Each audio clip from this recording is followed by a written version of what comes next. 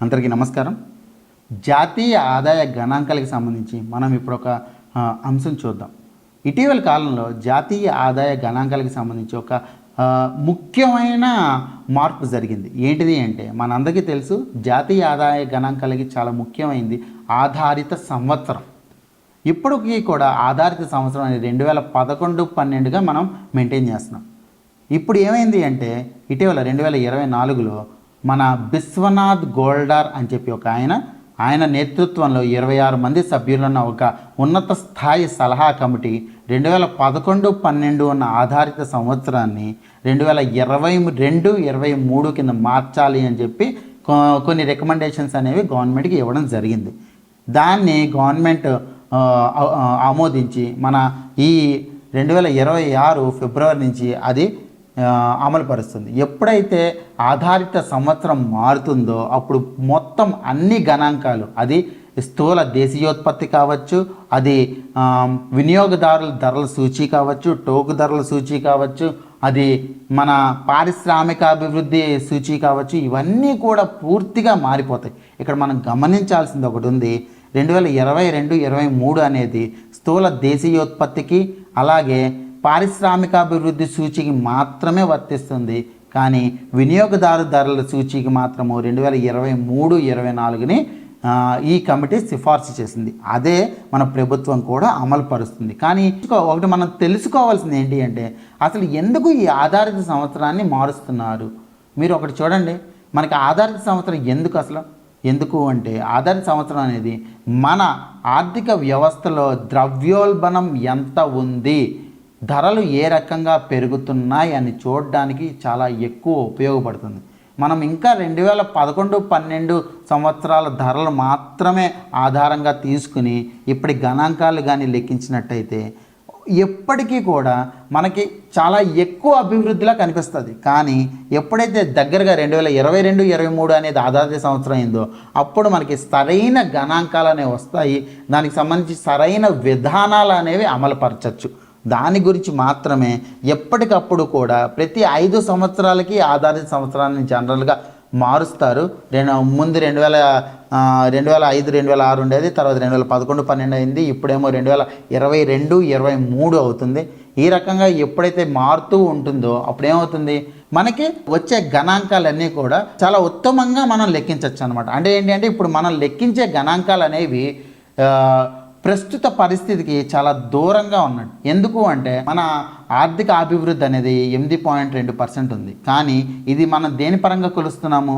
2011-12 ఆధారంగా కొలుస్తున్నాం. అదే 2022-23 ఆధారంగా కొలిచినప్పుడు, ఎందుకంటే చాలా మార్పులు వచ్చాయి కదా. దాని తర్వాత మనకి ఆర్థిక సేవలు పెరిగిపోయాయి. మన ఆర్థిక రంగం యొక్క నిర్మాణం అనేది ఇంతలాగా మారినప్పుడు 2011-12 ఆధారిత సంవత్సరం తీసుకున్నాం. మనం ఏ రకంగా సరైన గణాంకాలనే వస్తాయి, అది మీరు గుర్తించాల్సిన అవసరం ఉంది. అండ్ దీనికి సంబంధించి మనకి తెలంగాణ గ్రూప్ 2లో ఏ రకమైన ప్రశ్న పడవచ్చు అంటే, మొదటిది మనకి 26 మంది సభ్యులు ఉన్న కమిటీకి నేతృత్వం వహించింది ఎవరు? ఆయన బిశ్వనాథ్ గోల్డార్. ఆయన ఒక ఆర్థికవేత్త బిశ్వనాథ్ గోల్డార్ గారి నేతృత్వం ఉన్న కమిటీ దీన్ని సిఫార్సు చేసింది. అండ్ రెండో ప్రశ్న ఏం రావచ్చు, మనకి ఆధారిత సంవత్సరంగా ఏ సంవత్సరాన్ని తీసుకున్నారు అనేది రావచ్చు. అది అదేంటిది? 2022-23. మూడో ప్రశ్న ఏం రావచ్చు, మనకి స్థూల జాతీయోత్పత్తి ఆరు స్థూల దేశీయోత్పత్తి కావచ్చు, అలాగే పారిశ్రామికాభివృద్ధి సూచి కావచ్చు, దీనికి 2022-23. అలాగే వినియోగదారుల ధర సూచికి ఎంత ఉండాలి అంటే 2023-24 కానీ వాళ్ళు సూచించారు. అలాగే ఇంకా ఏం అడగచ్చు, దీనికి సంబంధించిన కారణాలు అడుగుతారు. ఎందుకు మనకి ఆధారిత సంవత్సరాన్ని అంత ముఖ్యం? ఒక 4 స్టేట్మెంట్లు ఇస్తారు. ఆ 4 స్టేట్మెంట్లు, ఒకటి మనకి ద్రవ్యోల్బణ స్థాయిని సరిగ్గా అర్థం చేసుకోవడానికి మనకి ఆధారిత సంవత్సరం అనేది మారుస్తారు. ఇది చాలా క్లియర్గా మనం తెలుసుకోవాల్సిన అవసరం ఉంది జాతీయ ఆదాయ గణాంకాలు. ఎందుకంటే ఇప్పుడు మనం ప్రస్తుతం మన ఆర్థిక వ్యవస్థలో జాతీయ ఆదాయ గణాంకాలను ఏ రకంగా మనం లెక్కిస్తున్నాము? మొదటిదేమో ఉత్పత్తి ఆధారిత పద్ధతి, రెండోదేమో వ్యయ పద్ధతి, మూడోదేమో ఆదాయ పద్ధతి. సో ఇక్కడ ఏంటి అంటే మనం ఎప్పుడైతే వ్యయ పద్ధతి అనేది ఎక్కువగా మనం అమలు పరుస్తున్నాము, ఎందుకంటే వ్యయానికి సంబంధించిన లెక్కలే మన దగ్గర చాలా ఎక్కువ ఉన్నాయి. ఇటీవలి కాలంలో జిఎస్టీ వస్తు సేవా రంగం ఎప్పుడైతే పెరిగిందో అప్పుడు ఉత్పత్తి ఆధారిత రంగం ద్వారా విలువ ఎంత జోడించారు ఆ పర్టికులర్ రంగం అనేది మనం అప్పుడు తెలుసుకుంటున్నాం. దాని పరంగానే ఉత్పత్తి ఆధారిత పద్ధతి అనేది పెరగడం జరిగింది. కానీ మనం మన ఆర్థిక వ్యవస్థలో వ్యయ ఆధారిత పద్ధతిని ఎక్కువగా మనం అమలు పరుస్తాం. ఈ వ్యయ ఆధారిత రంగం అనేది ఎంత దగ్గరగా మనకి ఆధారిత సంవత్సరం ఉంటుందో అంతలా మనం దాని యొక్క ధరలకి సంబంధించి ద్రవ్యోల్బణ పరిమితిని తగ్గించే అవకాశం ఉంటుంది. అంటే